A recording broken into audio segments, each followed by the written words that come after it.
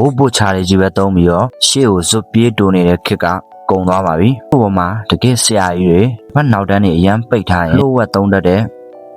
Blaze တိုင်တစ်ခုကြောင်းကိုကျွန်တော်ပြောပြသွားပါမယ်။အဲ့ဒါကတော့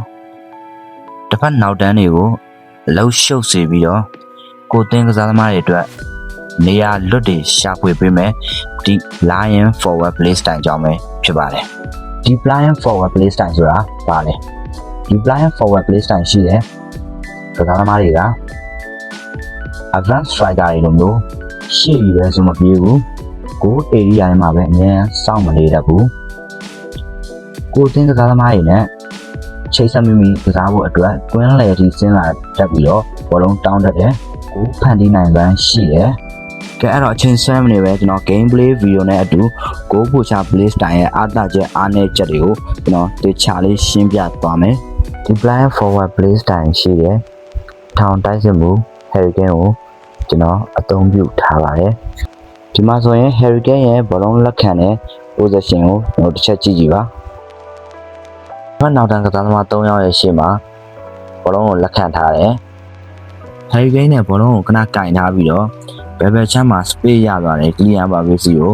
ဘောလုံးထိုးပေးလို့ရတယ်အဲ့ချိန်မှာ Hurricane ကိုအေးရအတွင်းထဲကိုပြေးဝင်ပြီးတော့ clear အပါဘေး cross တင်ပြီးတော့ကျွန်တော်တို့အဆုံးတက်ဖို့အတွက်ခွင့်ရလူရရှိလာနိုင်တယ်ဒီမှာဆိုတစ်ဖက်တင်းကနေပြီးတော့ကျွန်တော်ဘောလုံးပြက်ပြီးတော့ကျွန်တော်တင်းကောင်တာတိုက်စစ်ပြန်စားတဲ့အချိန်မှာ Hurricane ဘောလုံးဆင်းတောင်းတဲ့ position ကိုတစ်ချက်ကြည့်ကြည့်ပါကွင်းလဲအကျော်ထိကိုဘောလုံးဆင်းတောင်းနေတယ် Lion Forward Blaze တိုင်ဆိုတာအဲ့ဒါပါပဲလိုအပ်လာရင်နောက်ထပ်ဒီဘောလုံးဆင်းတောင်းပြီးတော့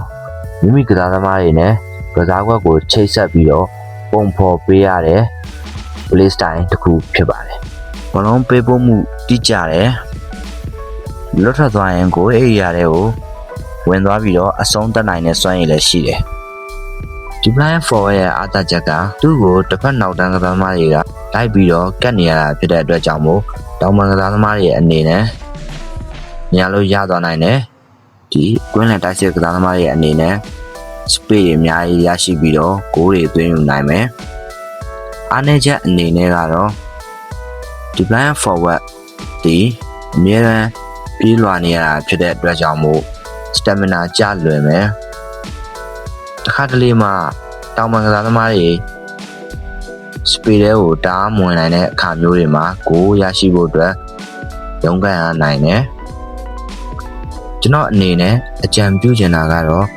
ဒီ Lion Forward ကိုအထောင်တိုက်စစ်မှုတယောက်တည်းထားမစော့ပဲနဲ့ Advanced Striker နဲ့အထောင်တိုက်စစ်မှု2ယောက်ပုံစံထားစော့မယ်ဆိုရင်ကျွန်တော်တို့ကိုရရှိဖို့အတွက်အခွင့်အလမ်းတွေအများကြီးရရှိနိုင်ပါတယ်ကျွန်တော်ညီကိုတွေရောဒီ